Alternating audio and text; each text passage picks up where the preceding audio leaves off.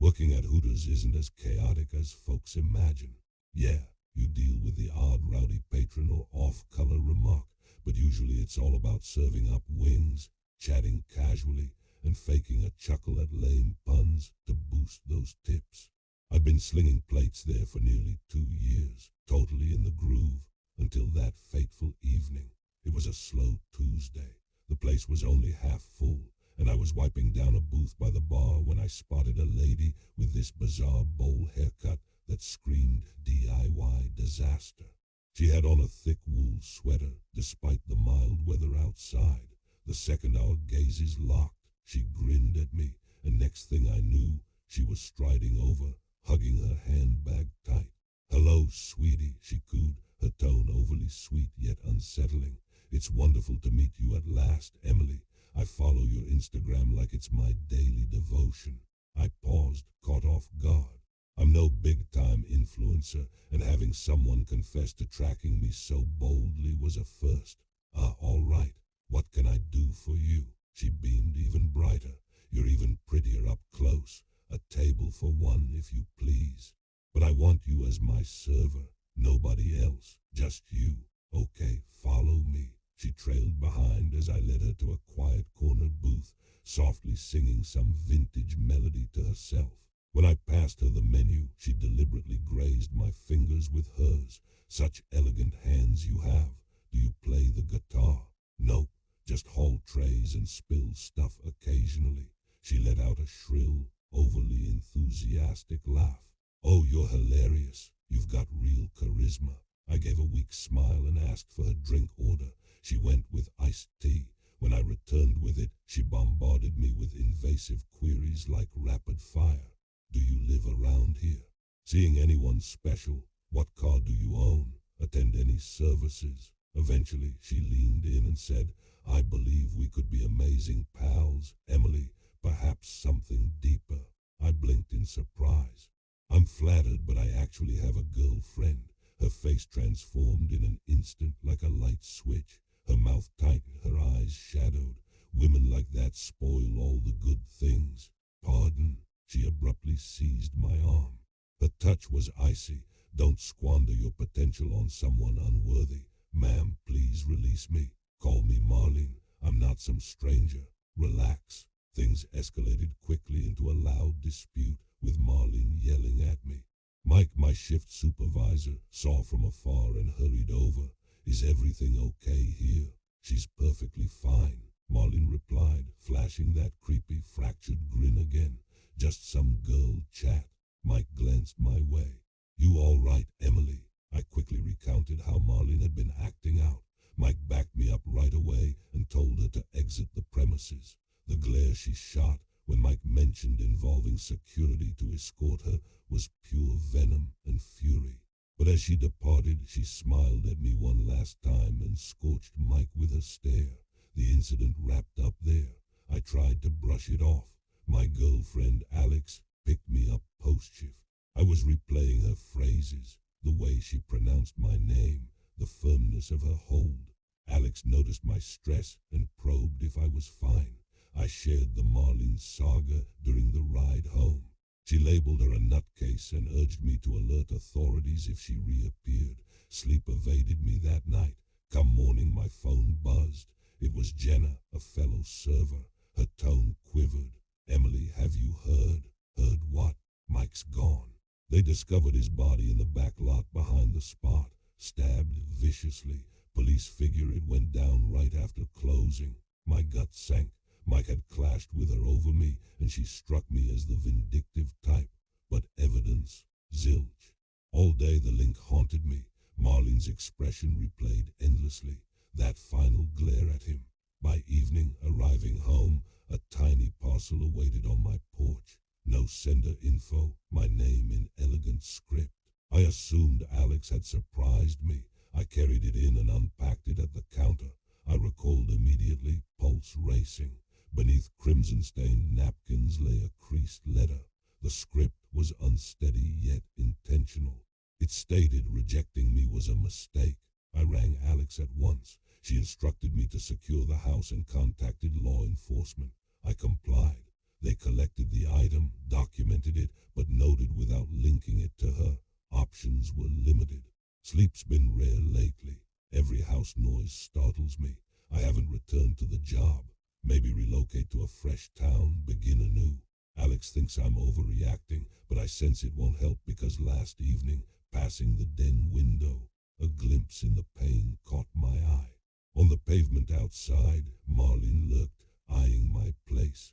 I know she'll cling on stubbornly. Working the late shift at Hooters isn't glamorous. Most nights were routine, fryers sizzling, orders coming in, and the hum of conversation and clattering dishes. Nothing ever disturbed me until that night. It was around 11:50 p.m. I was wiping down the grill, trying to finish my side prep when headlights bounced off the windows. A delivery truck pulled up silently outside the back door, not the usual branded delivery van.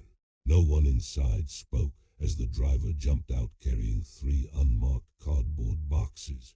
They were labeled in black Sharpie, premium cuts. The driver handed a clipboard to Derek, the branch manager. He looked normal enough on paper, mid-30s, slick back hair, a permanent smirk, but something about his eyes always made me uneasy. That night, he barely glanced at the receipt, shoved it into his pocket, and muttered, "Leave 'em be. Just freezer stock, Rachel." I nodded, but something in the pit of my stomach didn't sit right. The boxes were heavy, the tape was peeling, and they smelled weird. Derek wheeled them inside like they were nothing and slammed the door shut behind him. The shift ended. I clocked out, grabbed my keys, and headed for my car. But as I reached the alley outside the back, I realized I'd left my phone on the prep table. Not a big deal. I figured I'd just grab it and leave. I went back in, and this time I noticed the freezer humming louder than usual. I froze. The door, which Derek had slammed shut, was now slightly ajar. I had no reason to open it. He specifically asked me to leave the boxes alone. But something gnawed at me. Curiosity, gut instinct. I pulled the door fully open. Cold air hit my face, fogging the air around me since I wasn't wearing glasses. I stepped inside, eyes adjusting to the dim freezer light. I saw one of the boxes opened. I swear my heart stopped. Vacuum-sealed bags of raw meat lay spilling out, stacked unevenly. At first, I thought maybe a box had torn in transport, but something was wrong. The cuts were uneven and jagged. The color was off, not fresh red, but a sickly brown pink that made my stomach churn. In addition to the unsettling color, there was a tattoo. It was faint, almost invisible beneath the packaging, but unmistakable. A small star tattoo on the ankle. My blood ran cold. That tattoo, I knew it. One of our missing Hooters waitresses, Megan, had that exact tattoo.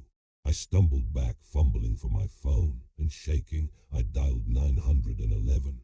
"Hello, there's human meat in the freezer at Hooters. You need to send someone. Please hurry." The dispatcher asked questions I barely heard.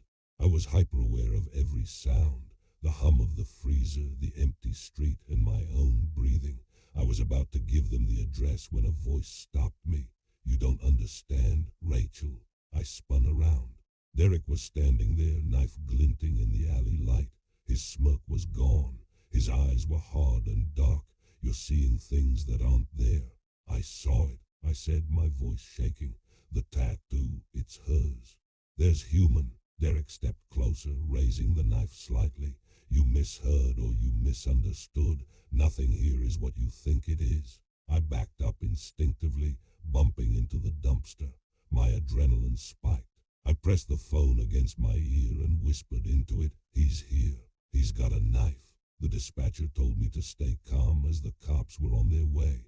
Derek lunged, just a quick swipe, more of a threat than an attack. I dodged and ran toward the street, shouting, "Help! Somebody help me!" I hid behind this heap of trash bags, waiting for the cops. When they finally arrived, they found Derek inside. He was putting those meat boxes in a large bag, probably planning to run away. They caught him quickly. He didn't resist. But even as they cuffed him, I saw the panic in his eyes turn to something colder, more calculated. They searched the freezer and found more boxes. They ripped them open carefully, gloved hands moving like surgeons.